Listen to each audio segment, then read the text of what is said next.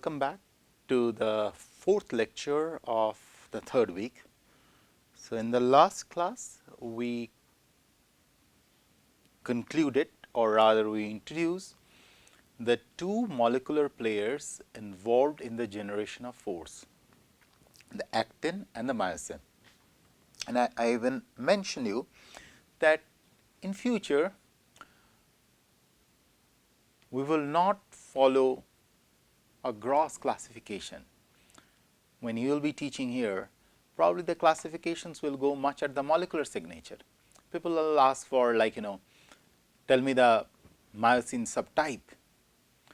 Depending on the myosin and the actin and what is their kilodalton, what is their size, what is the nature, it is decided, or it can be concluded at least partially, that what kind of force they will generate.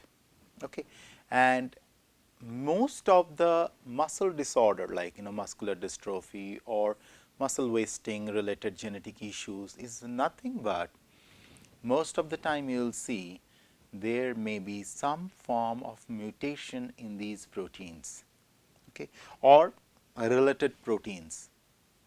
So, there are two aspects what we will be dealing today. First is, so let us put it together. So, this is where we ended the last class. If you remember, I told you, you have these actins and the myosins which are present there, right.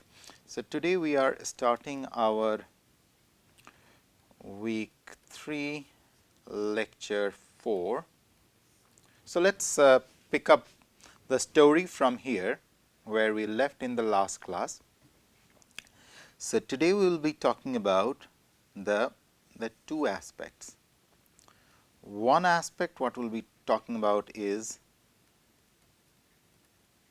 arrangement of actin and myosin filaments. Second aspect, how this arrangement, so this is your structure, okay. Structure, how this structure leads to the function, and what is the function is force generation. And in the case of muscle, this force generation is also linked to its electrical activity. Now, this is something I am putting a bomb there, like from where this electrical activity came. Okay, I will come to this. Okay, something to do with, I am just putting at this point electrical activity. So, let me digress a little before I come back to this part, the arrangement of the actin and the myosin filament and the structure. So, in our body, most of the tissues, there are multiple ways by which you can classify the tissues. There are multiple techniques based on anatomy, based on anatomical feature, based on function, based on certain other sets of presence of protein or absence of it. But there is another very interesting way you can classify them: electrically excitable and electrically non-excitable. So, in other words, the way you can put it is that the tissues could be classified as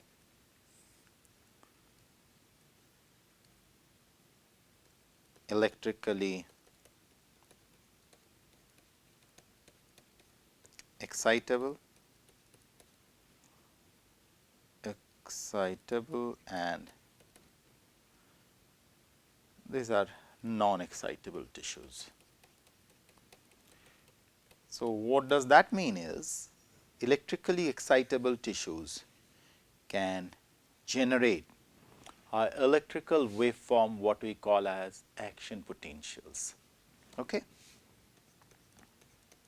action potential, which is essentially a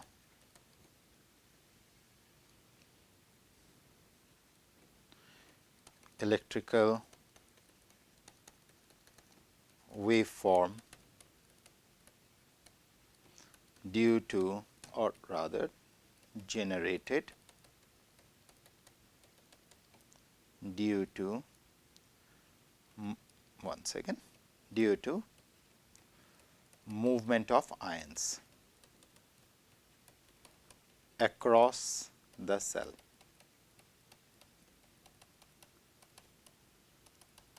So, I will come later. We are not going to talk about this action potential at this stage, because as soon as we will introduce in the nerve tissue, we will have to come to that. But what I wanted to highlight is, so we have classified these muscles into three categories: cardiac muscle, skeletal muscle, what we are dealing now, and the smooth muscle. Then we went ahead and did another kind of classification in terms of the structural feature. We talk about striated, non-striated muscle, right? That you remember? This is the two anatomical features we talk about, as well as the presence where they are, especially in terms of the location within the body. The third classification which I generated was based on the force generated by them. That was the very beginning. You remember that how I told you that, the cardiac muscle generate a force like this, whereas the skeletal muscle generate huge amount of forces, whereas the force through which the generated in the alimentary canal or the digestive tract, you don't even feel it, right? Now today I am introducing a fourth classification, but this classification holds true for all the muscles and the nerves are electrically active. Okay? That means in this context, that means they generate an action potential.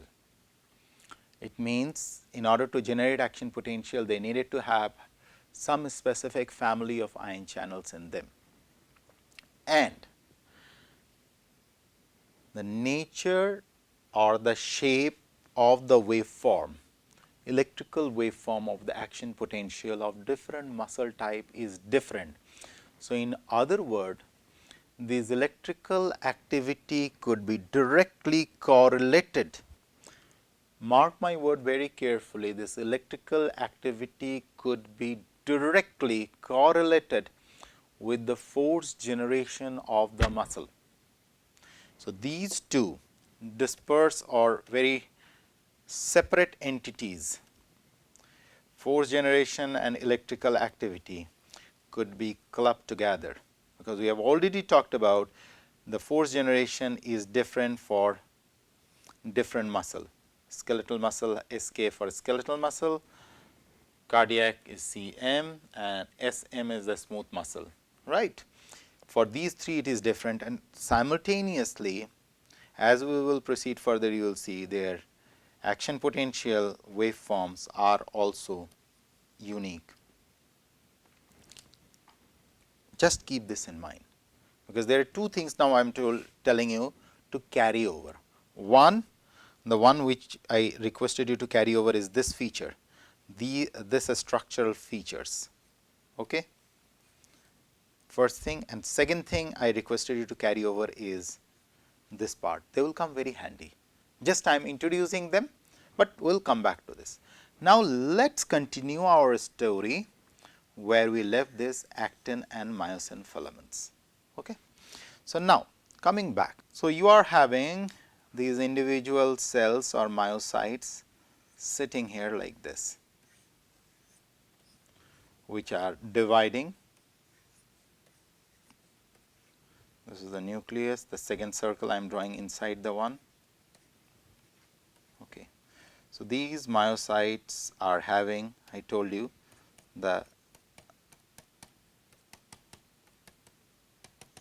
these are the actin and myosin filaments synthesized at a very different, very high concentration. So, initially when these are individual cells, they have a very different kind of arrangement in the individual cells. But then I told you these individual cells come close to each other, right, in the previous class, and then eventually what would happen, they form a tube like structure which is called the myotubes. When they come close to each other, slowly, while they are about to lose their individual identity of the cell, these myosin and actin filaments started to rearrange themselves in a very specific geometry. Almost they are aligning themselves like straight lines in the individual cells. Okay? So, let's put it like this.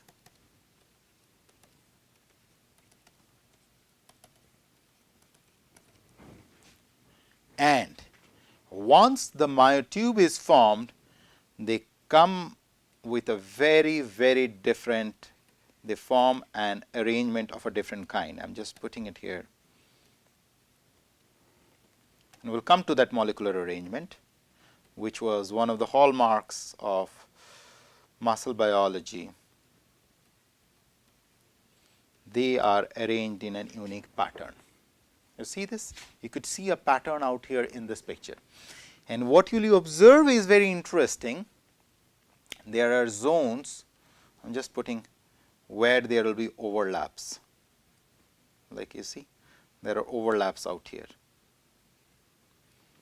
as compared to the places where there are no overlaps. So, it means there are places where the two filaments are like this. They are overlapping, yet there are places they won't be overlapping.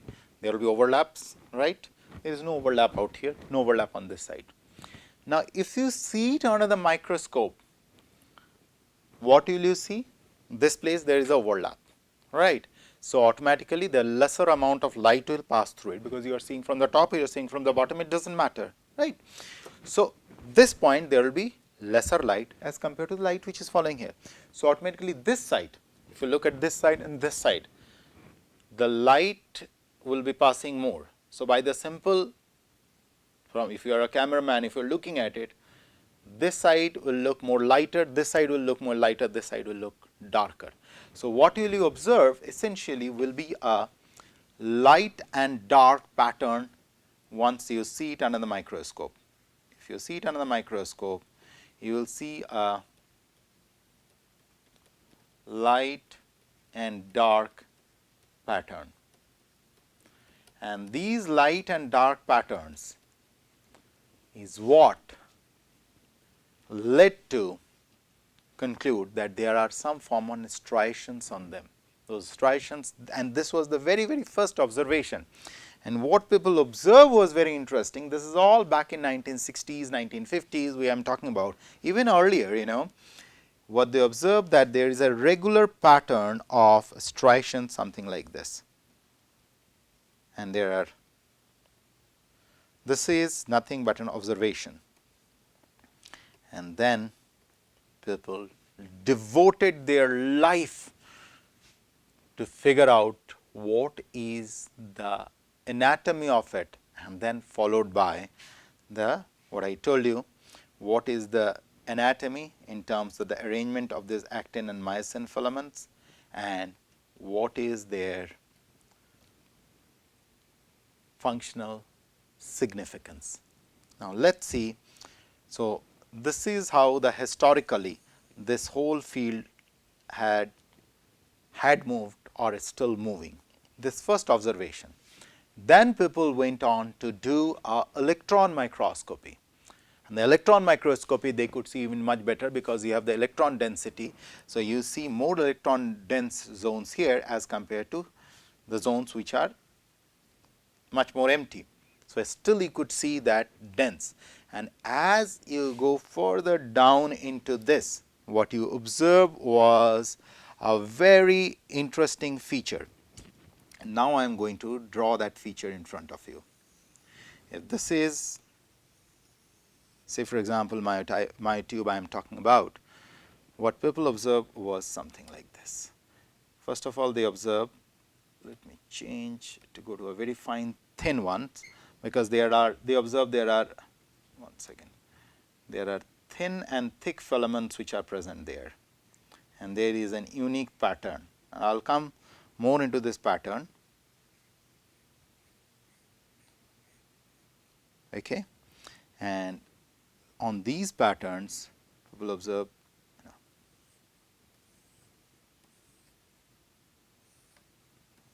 something like this.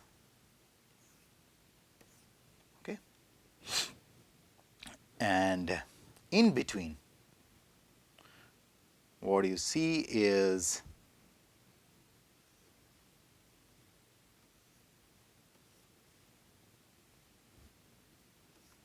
something like this. Okay. And then you observe was something like this. I see a thicker line I am drawing.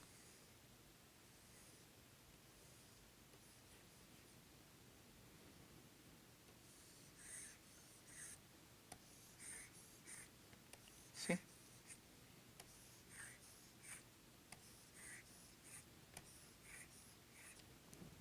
Something, a pattern like this started to emerge. So, the first observation was there are two distinct thin threads which are of protein, which we know, a thin thread and a thick thread. The green one, if you see the picture out here on the slide, these are the thick threads, okay? Whereas you have these threads which are the thin threads. This was the very early observations, and based on that the naming happened, the thick filament and thin filament. Thick filament and thin filament.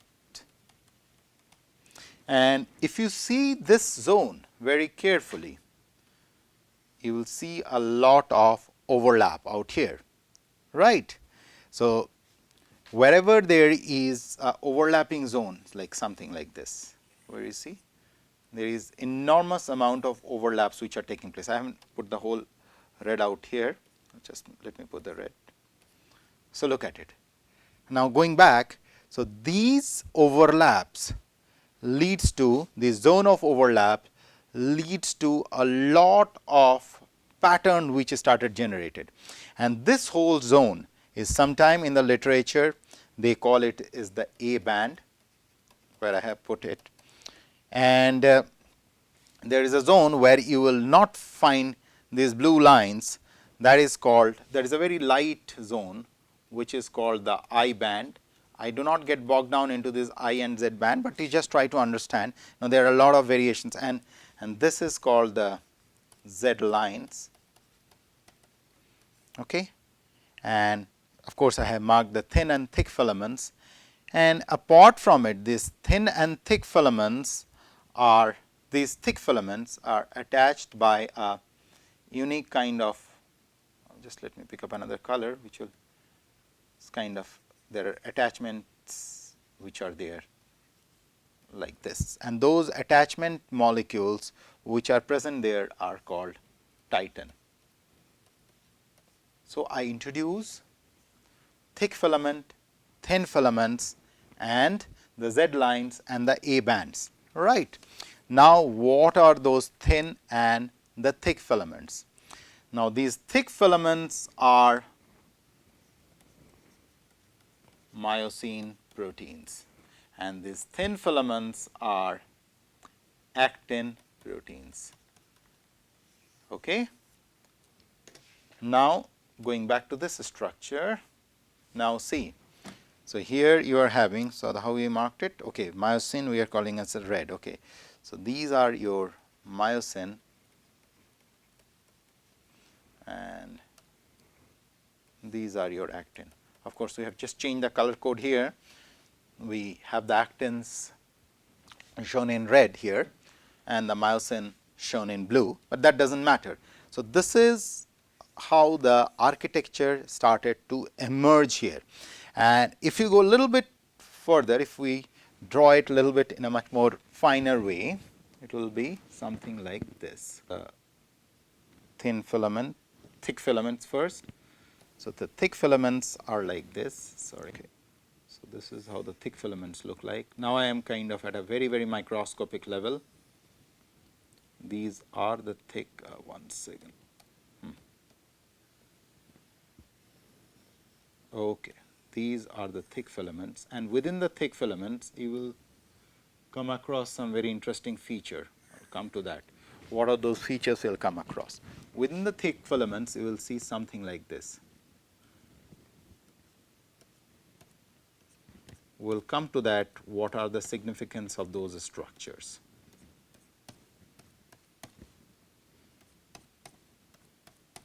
Okay. So this is about the thick filaments. Now I'll go to the thin filaments, which are present there. So thin filaments are in close proximity. Let's take a simple scenario out here.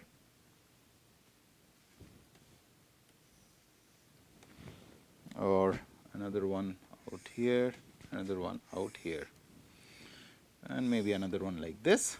Okay. So I'm just keeping it.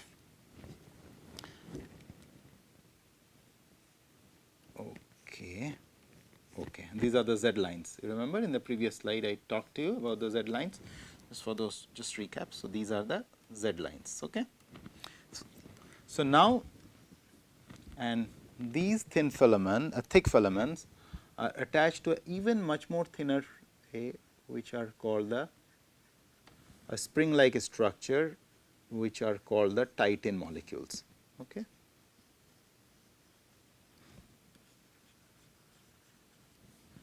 Now, here is the architecture. Right. Now, 1 minute, I haven't finished it off yet because I forgot to put, right. Now, I have the structure ready for you. So, this is how the structure looks like as if they are attached in spring.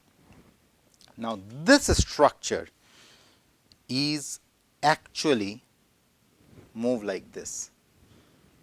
In other words, this framework what you observe out here, this framework, within this framework you see this spring. So, there is a movement of these thick filaments on the rails of thin filaments. Again, carefully listen to me. So, there is a movement of these thick filaments on the rails of these thin filaments. Translating it in terms of the molecules, there is a motion of these myosin filaments on the rails of the thin actin filaments. How that get executed? Okay. Once again, another repeat. There is a movement of, there is a controlled movement of the myosin thick filaments or the myosin filaments within bracket the thick filaments on the rails of the actin filaments, which are thin filaments as shown here on the red on the slide. Okay. Now, there are few terminologies which needed to be defined. I defined this terminology, the Z line. Okay. We know about this titin molecule. We have talked about myosin. Within myosin, there are few other interesting things. We have talked about this part. This is called H zone. Okay, this I am just introducing. I haven't introduced this earlier. And this whole assembly from this end to this end is, there is a name for this assembly. This is called sarcomere.